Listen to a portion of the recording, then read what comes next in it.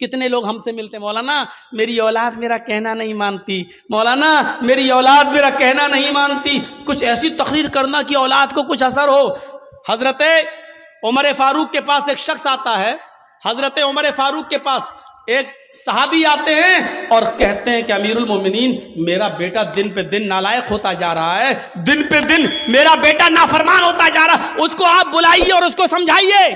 سنو ابراہیم علیہ حضرت عمر نے کہا اچھا بلاؤ بیٹے کو. بیٹے کو بلایا گیا. حضرت عمر نے کہا یہ تمہارے باپ ہیں؟ ہاں. خوب ڈانٹا. شرم نہیں آتی؟ اس عمر میں اپنے باپ کو ستاتے ہو، نافرمانی کرتے ہو، اپنے باپ کا دل نہیں رکھتے ہو، اپنے باپ کا کام نہیں کرتے ہو. پورا ڈانٹ چکے اور جب تھک گئے ڈانٹ ڈانٹ کر حضرت عمر، تب بیٹا بولا امیر المومنین اگر سمجھا چکے ہوں تو میں کچھ بولوں؟ کہاں بولو کیا ہے، اب میری بھی کچھ سنیں گے؟ کہاں بالکل تمہاری بھی سنیں گے. کہا یہ بتائیے کہ سارے حق بیٹے کا ہی ہے کہ باپ کے لیے یہ کرے؟ باپ کے اوپر بھی کچھ ذمہ داریاں ہیں کہ نہیں؟ کہاں ہیں؟ کہا بتائیے کیا ہیں؟ حضرت عمر نے کہا 3 ذمہ داریاں باپ کے اوپر سب سے پہلے عائد ہوتی ہیں. پہلی ذمہ داری ہے کہ جب گھر میں بچہ پیدا ہو تو اس کا اچھا نام رکھا جائے. دوسری ذمہ داری باپ کے اوپر یہ عائد ہوتی ہے کہ جب وہ 7 دن کا ہو تو اس کا عقیقہ کیا جائے. تیسری ذمہ داری باپ کے اوپر یہ عائد ہوتی ہے کہ جب اس کا بیٹا بالغ ہو جائے تو اس کی دیندار اور شریف گھرانے میں اس کا نکاح کر دیا جائے. یہ 3 ذمہ داری باپ کے اوپر بھی عائد ہوتی ہے. اب لڑکے نے کہا امیر المومنین ذرا میرے باپ سے پوچھو ان تینوں کاموں میں سے کیا کام کیا میرے ساتھ؟ اچھا پوچھو اس نے جب میں پیدا ہوا تو نام کیا رکھا؟ حضرت عمر نے کہا کیا نام ہے؟ اس نے عربی میں ایک جملہ بولا جس کا اردو میں ترجمہ ہوتا کھٹمل. کیا نام ہے تمہارا؟ کہا کھٹمل. کہ یہ نام رکھا ہے میرے باپ نے. 7ویں دن کا ہوا، پوچھو عقیقہ کیا؟ نہیں کیا. اور جب بالغ ہوا تو میری شادی بھی کر دی، پوچھو دیندار لڑکی سے کی؟ کہا کیسی لڑکی سے کی؟ کہا ڈائن سے کر دی. وہ ہمیں اس کی خدمت ہی نہیں کرنے دیتی ہے، وہ کہتی ہے ہٹ نہیں تیرا باپ نے چل. وہ ہمیں سمجھنے ہی نہیں دیتی. جب میرے باپ نے ہی میرے حقوق ادا نہیں کیے تو مجھ سے کیا امید رکھی جا رہی ہے. اب حضرت عمر نے باپ کو ڈانٹا.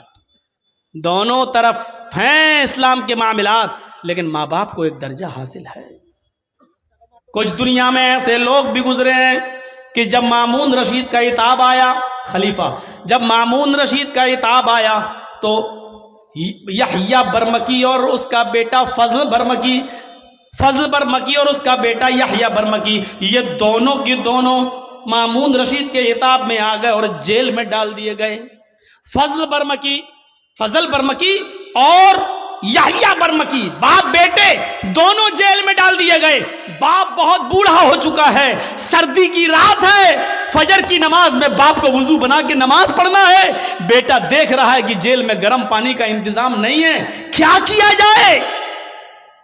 جائے؟ تو بیٹے نے تانبے کے لوٹے میں عشاء کی نماز پڑھنے کے بعد پانی بھر لیا اور اپنے باپ کو سلا دیا کہ ابو آپ سو جائیے. اس جیل کے اندر یحییٰ برمکی سو رہے ہیں اور ان کا بیٹا فضل برمکی تانبے کے لوٹے میں پانی لے کر اپنے پیٹ میں لگا لیتا ہے. عشاء کی نماز کے بعد اپنے پیٹ پر وہ پانی کے لوٹا لگا لیتا ہے، تانبے کا لوٹا، اور فجر کی اذان تک لگاتا ہے کہ پیٹ کی گرمی سے اس ٹھنڈے پانی میں کچھ گرمی آ جائے، اس تانبے کے لوٹے میں کچھ حرارت آ جائے، اور صبح جب فجر کی نماز میں میرے باپ وضو بنائے تو میں تھوڑا گرم پانی اپنے باپ کو دے سکوں. اپنے باپ کے گرم پانی کے لیے رات بھر تانبے کے لوٹے کو اپنے پیٹ سے لگا لیتا تھا اور فجر کی نماز میں اپنے باپ کو قدرے گرم پانی دے دیا کرتا تھا. ایسے فرما بردار اولاد بھی نکلی ہے. ہم کن میں ہیں اپنے آپ کو ڈھونڈیں اور تلاش کریں اور گریبانوں کے بٹن کھول کے دیکھیں. ہم سوچ تو سکتے ہیں نا ہم کس میں ہیں، نافرمانی کرنے والوں میں یا اس میں فرما برداری کرنے والوں. وَقَضَىٰ رَبُّكَ أَلَّا تَعْبُدُوا إِلَّا إِيَّاهُ وَبِالْوَالِدَيْنِ إِحْسَانًا. اللہ کے علاوہ عبادت کسی کی نہیں، اور عبادت کے فوراً بعد ماں باپ کے ساتھ احسان کرو. وَبِالْوَالِدَيْنِ إِحْسَانًا. میں بڑے تعجب میں تھا کہ اللہ نے یہاں پر احسان کیوں کہا ہے. احسان کے اندر ہر نیکی شامل ہے.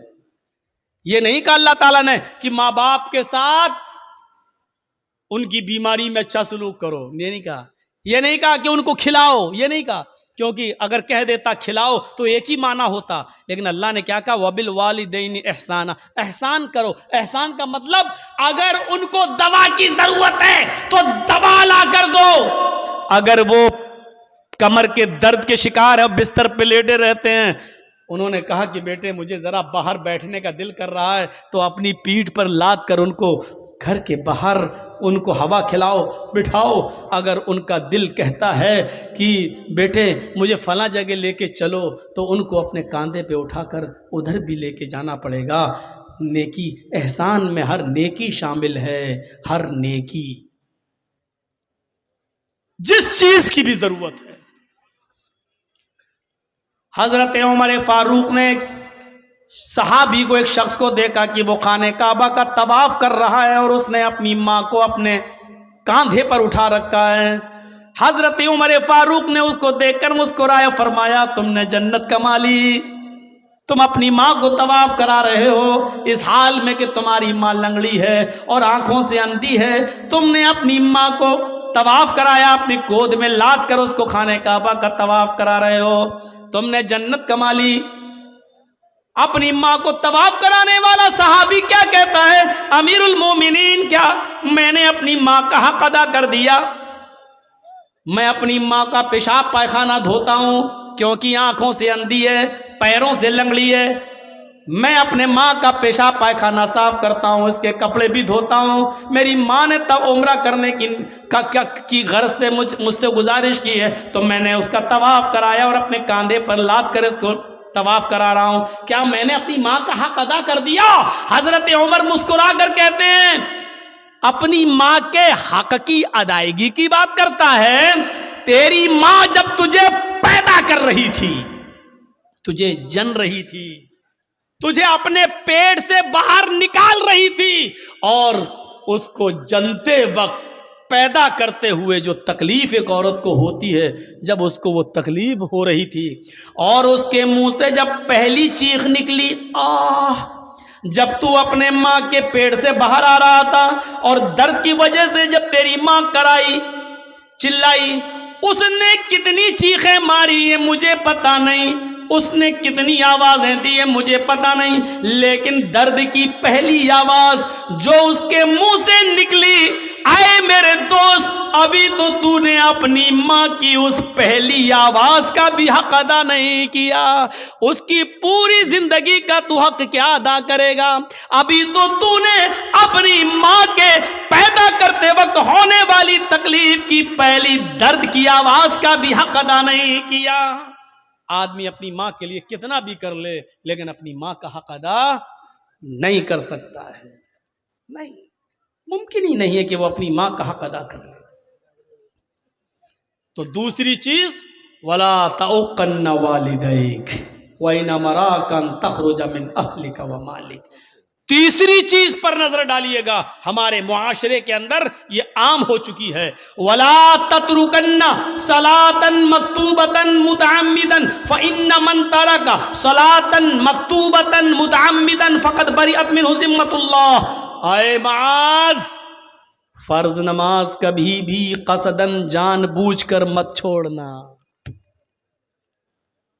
فرض نماز کیا بولوں، کہاں سے شروع کروں اور کہاں پہ ختم کروں؟ نماز کے سلسلے میں ہماری سوسائٹی اور ہمارا سماج کیا ہے؟ سماج کے اندر بہت جلدی میٹنگ ہو جاتی ہے، فلاں لڑکی کو فلاں لڑکے نے گاؤں میں چھیڑا ہے، پنچایت بیٹھ جاتی ہے، اتنا روپیہ جرمانہ دو یا شادی، سزا متعین ہو جاتی ہے، پنچایت بیٹھ جاتی ہے۔ واہ رے گاؤں کے پنچایتیوں، مبارکبادی کے لائق ہو تم، لیکن دل پہ ہاتھ رکھ کے بتانا، جس نے آپ کے محلے میں فجر کی نماز نہ پڑھی ہو اس کے لیے تم نے کون سی پنچایت کی ہے؟ عصر کی نماز کے وقت وہ اپنے کھیت میں کھیت جوت رہا تھا، تم نے اس کے لیے کون سی پنچایت کی ہے؟ اور اگر نماز چھوڑنے پر پنچایت نہیں کر سکتے ہو تو پھر لڑکے اور لڑکی کے معاملے میں لے کے بھاگ گئے.